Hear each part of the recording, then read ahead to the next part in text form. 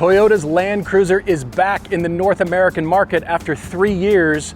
The beloved truck, their beloved 4x4 is back, but with a brand new model built on Toyota's TNGA/F platform, the full-size platform. We are here in Salt Lake City at the LandCruiser Heritage Museum looking at the 1958 version.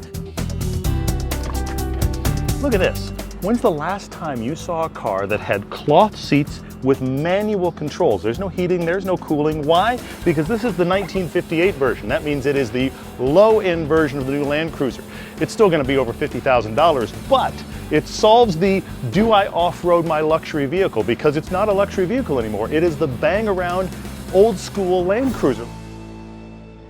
Beveled kind of styling, and I like that it's clean surfaces, and I like that the wheel arches really speak to what people are going to do with this. They are going to customize the daylights out of this, and that is what Toyota gives its enthusiasts. And this is the one you want if you want an old school feel, you want to make it into your off-roader, and you don't care about luxury, because you're going to get it dirty, which is what a LandCruiser is supposed to be. Of course, this is simpler. You could go with Steelies, you could go with simpler wheels, but you're going to change the wheels anyway, aren't you?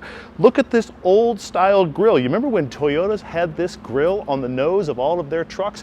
Look at the old LandCruisers here. They all look like this. That's what you're getting. You're getting the one with the old school feel and the simpler feel, so you can really take it and get it dirty. For the luxury version, that's the other one.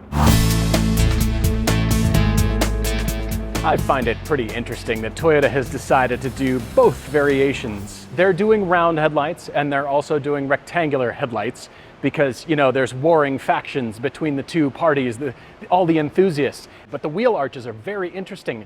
Body-on-frame construction and the wheel arches make the entire vehicle proportionally look smaller, even though it's still pretty big. But look at this right here.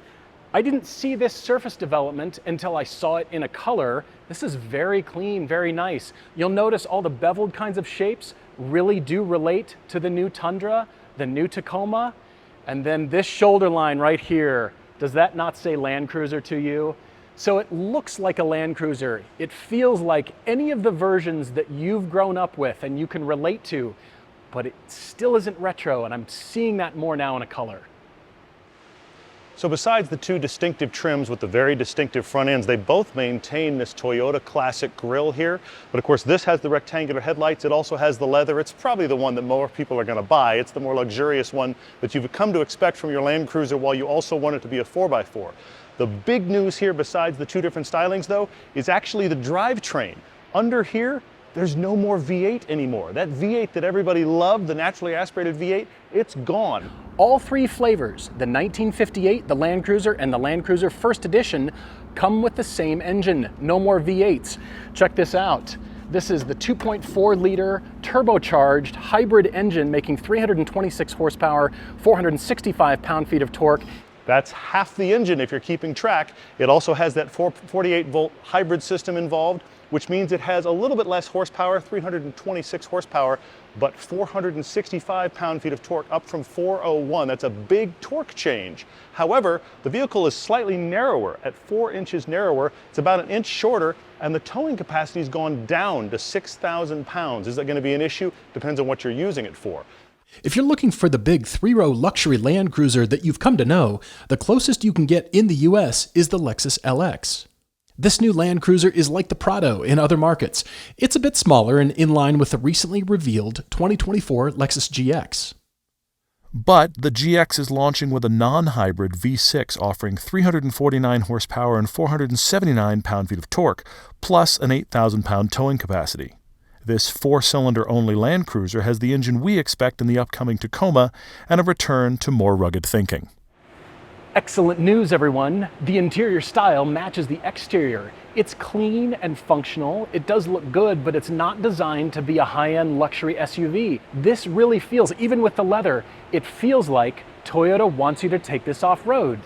But the biggest interest to me are these wheel arches. This is built on the full-size truck platform, body on frame. You can see it through the wheel arches, but the wheel arches themselves, they're going to accept much bigger wheels and tires.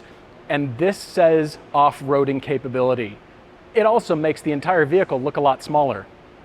However, there's a lot of space inside, really good space utilization, This one has got a larger screen, 12.3 inches. The base model 1958 only has an 8.